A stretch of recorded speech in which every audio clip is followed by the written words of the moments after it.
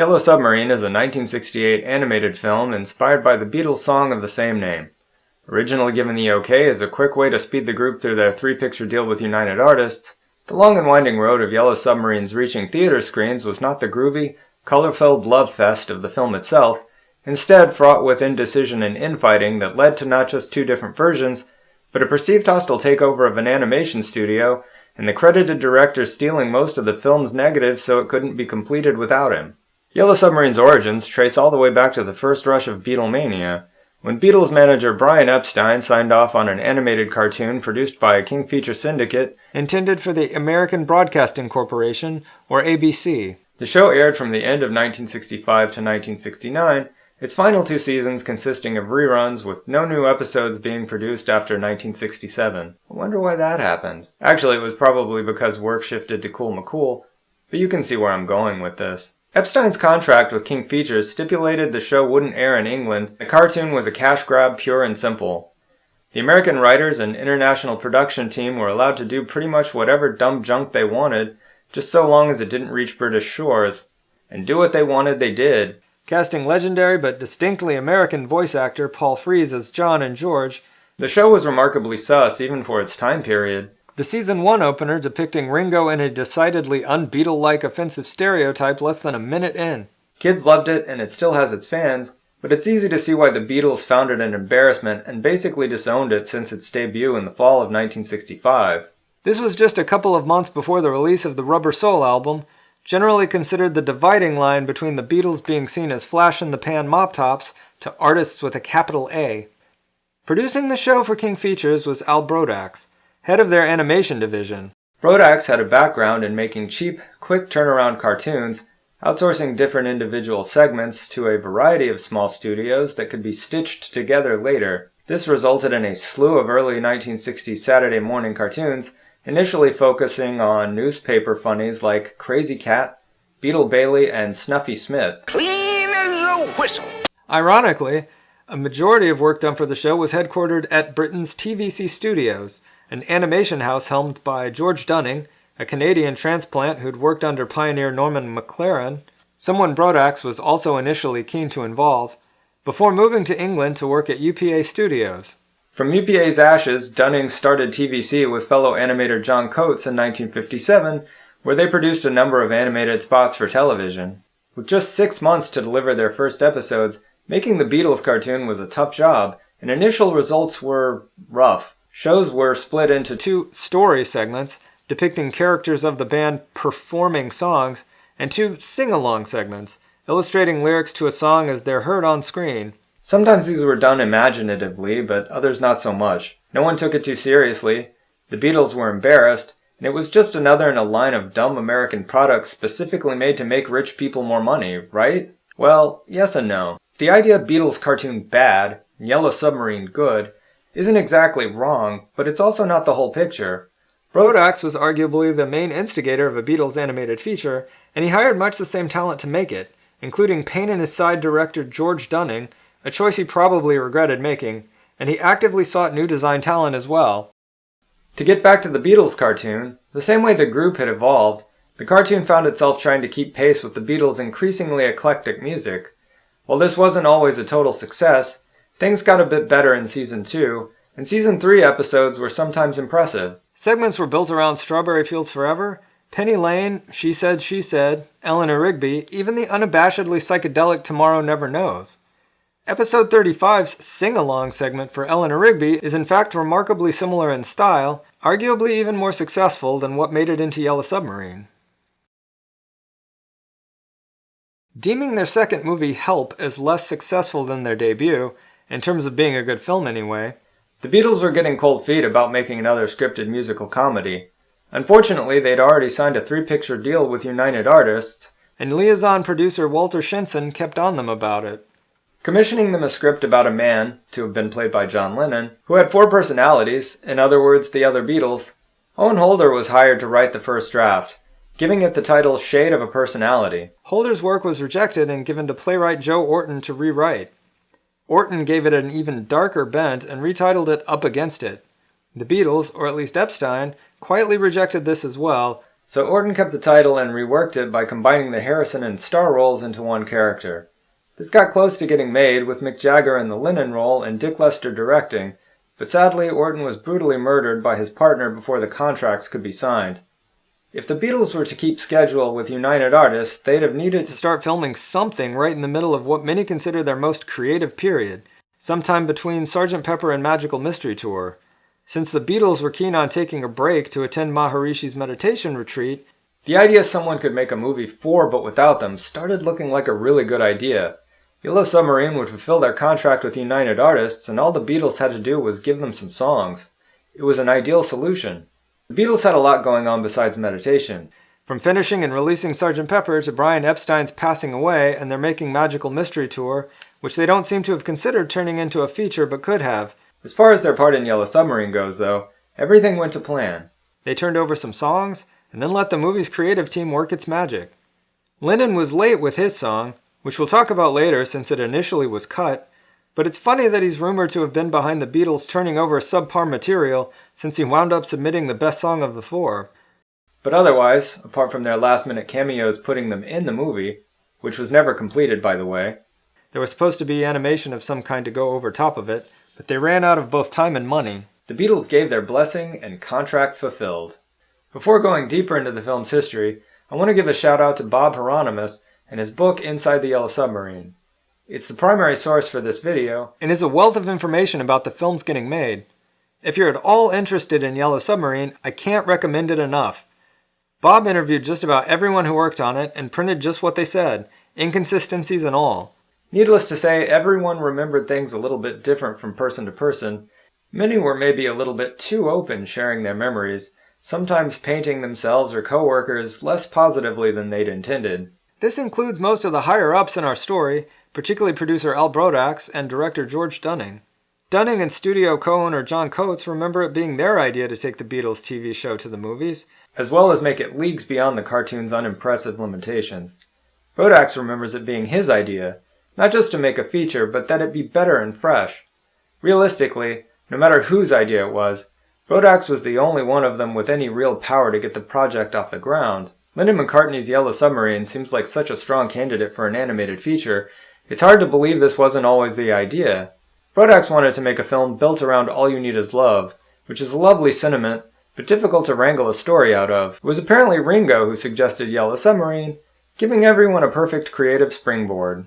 With all engines ready, the search was on to find an outside designer that could give the movie a modern look and feel. After unsuitable submissions for a number of different artists, everyone involved agreed German designer Heinz Edelmann was the man for the job after seeing his character design submissions for all four Beatles. Edelmann would oversee nearly every visual aspect of the film, by most accounts performed the duties of what most would consider the film's primary director. This credit instead went to TBC figurehead George Dunning. Not to take too much away from Dunning, who did play a huge role in making Yellow Submarine, but Dunning was beloved by his staff more for his soft-spoken, easygoing nature than being an inspiring or decisive leader, and most recall his directorial style being of the hands-off variety. As director, he seems to have been most heavily involved with the voice talent, fighting with Brodax over keeping the Beatles' Liverpudlian accents. This is a battle Dunning won, but as a compromise kept line delivery slow to stop Brodax's worrying that Americans wouldn't understand what was being said. So if you've ever wondered why certain lines sound like the voice actors took one too many Valium before their reading, that's why. You mean you haven't composed a whole book? Despite his ambitions, even Dunning's closest friends thought he might not be up to helming a feature. He developed a drinking problem, and by the time of Yellow Submarine had persistent health problems, and, again, his closest friends admitted this didn't interfere with his work so much as his work didn't interfere with his time at the pub. Work on animating Yellow Submarine began around August 1967, the film being said to have premiered a mere 11 months after start of production. This is a ridiculously short amount of time for an animated feature. Animated features generally take much longer than live action, particularly hand-drawn animation, the only kind possible in the 1960s. That Yellow Submarine met its deadline and hit screens in under a year isn't just astonishing, it's a miracle. Nearly all work was headquartered at TVC, so the creative team could keep an eye on the overall look, feel, and, for Brodax, budget. Along with his assistant, fellow New Yorker Abe Goodman, Brodax had moved his family to London to keep an eye on progress and costs. Viewed by the TVC team as nothing more than Yank outsiders and moneymen, Dunning's distaste for Brodax spilled over to TVC staff, as did his laissez-faire attitude to office hours and schedules. In turn, Brodax and Edelman grew frustrated with Dunning's insistence things would get done when they got done, and they should just go have a drink. Edelman actually wound up working such late hours he was locked in the studio one night and had to leave by way of an upper-story drainpipe. He then found himself being chased by police who mistook him for a burglar. For his part, Brodax became so tired of being ignored by Dunning, he reassigned Lucy in the Sky with Diamonds to other people because Dunning was taking too long. This is probably when things started to get really ugly around TVC, with Dunning and Brodax barely speaking to one another. Rather than keep paying TVC's small staff, Brodax hired or okayed TVC hiring dozens of new animators, with nearly 200 by the end of production. Many of these were students or recent graduates suddenly working on their first real project. This brought some much-needed enthusiasm to TVC, but also a lot of chaos, and helped fuel Dunning's paranoia that Brodax and King Features were set on taking over his studio. Dunning's fears weren't completely unfounded. King Features did install Brodax, and TVC were evidently asked to remove their company sign for some reason, being soft-sold the idea it would cause confusion to visitors while Yellow Submarine was in production. This seems like the only serious overstep by Brodax or King Features, though. Not insignificant, but not driving them into bankruptcy, which several staff claimed was their intent. Rather, Dunning and TVC foolishly agreed to make the film for a set amount, which went rather quickly, and their actions throughout do kind of support King Features' decision to install Brodax to keep an eye on their money. Clearly being better at animating than owning a studio, at a certain point paychecks simply stopped going out. Whether this was before Dunning asked for an additional £25,000 to keep things rolling, I'm not sure, but King Features stepped in to pay staff directly at one point, which was viewed as part of their hostile takeover. TVC paranoia became so intense that a few of them conspired to lock 3/4 of the film's negatives in a bank vault so the movie couldn't be completed without them. If all of this sounds kind of nuts, that's because it is. And while Brodax might not have been as reasonable or the key player he liked to paint himself as, he does seem to have been less interested in taking over an animation studio than getting everything completed on time and under budget. Whether the budget and schedule were fair, that's a different matter. Even before any perceived shakedowns or locking away of stolen negatives, Brodax and Goodman were so disliked by their crew, many recalled their being the inspiration for characterizing Max, who was Goodman, and the Chief Blue Meanie, of course being Brodax. So maybe this is a good time to talk about the practically non-existent script. Despite the fact it could maybe have been written on the same napkin Paul McCartney charted out Magical Mystery Tour on, 4 writers are credited with the Yellow Submarine script. Lee Minoff, Jack Mendelson, Eric Siegel, and Brodax himself, with a couple more taking a pass who didn't get credit, including Catch-22 author Joseph Heller.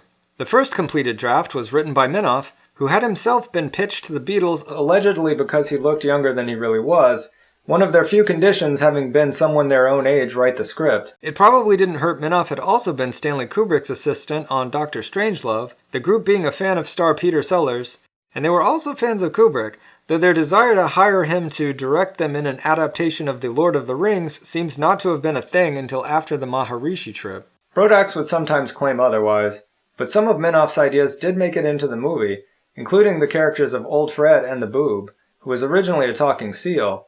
Still, he absolutely hated Minoff's script, wanting his name taken off. Minoff's lawyer, however, threatened to tell the 4 Beatles that their personal choice to write the script was being given the boot, so Brodax backed down and Minoff got his deserved credit. He then hired Mendelson and Siegel, who would turn in competing drafts he would then stitch together using the ideas he liked best.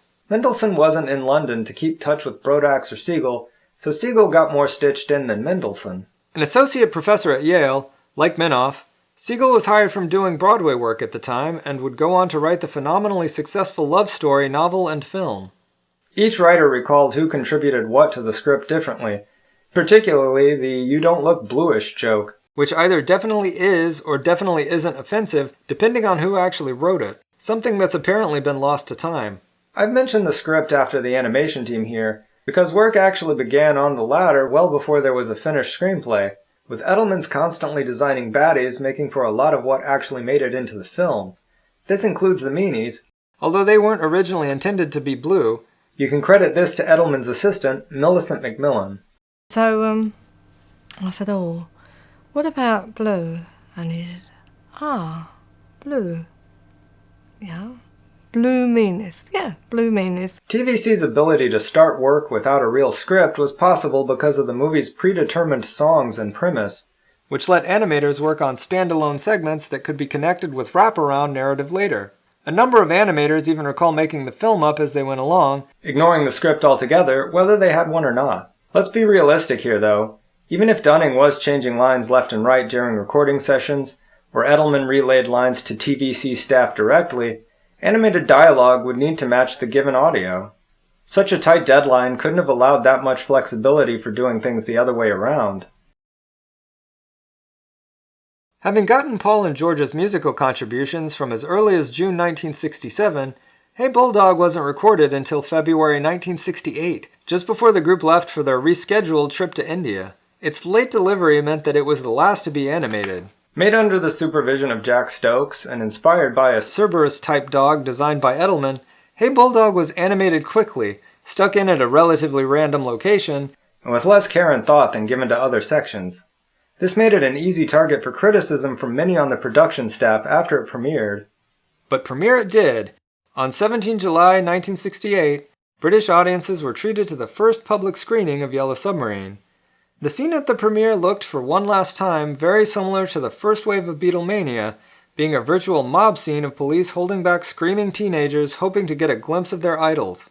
The Beatles were themselves in attendance, along with other counterculture figures like Keith Richards, Anita Pallenberg, and Robert Groovy Bob Fraser.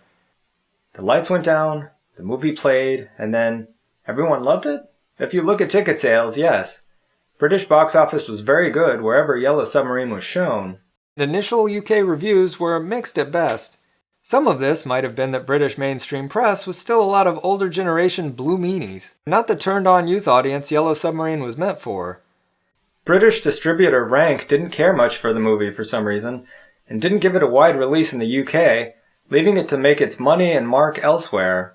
The Beatles themselves seemed to like it, although this would waffle over the years, Paul in particular often saying he'd wished it had been a more traditional animated film. Their appearance at the end might have had less to do with how much they'd loved what they'd seen in progress, as commonly believed in Beatleland, and more to do with satisfying their contract with United Artists. Regardless how they felt about the actual film, realizing that they'd shortchanged it of better new songs quickly became a thorn in their sides. They probably didn't lose any sleep over it, but the Beatles always wanted their releases to represent good value for money. Fans weren't thrilled that the soundtrack album's entire second side was given over to George Martin's instrumental score, and its release was also delayed, so that their double LP The Beatles, aka the White Album, my favorite album of all time, could be their 1968 Christmas release. The soundtrack album's critics were loud enough that the Beatles did consider releasing an EP of the film's exclusive songs with an at the time unreleased Across the Universe, but gave up on the idea. These same complaints do probably account for the 1999 Yellow Submarine song track though, which finally collects all Beatles songs from the movie in one place without George Martin's score. Among the film's creative team, general consensus was everything was fine until the Beatles met Sgt. Pepper's Band, at which point, to them at least, it started to drag and went on way too long.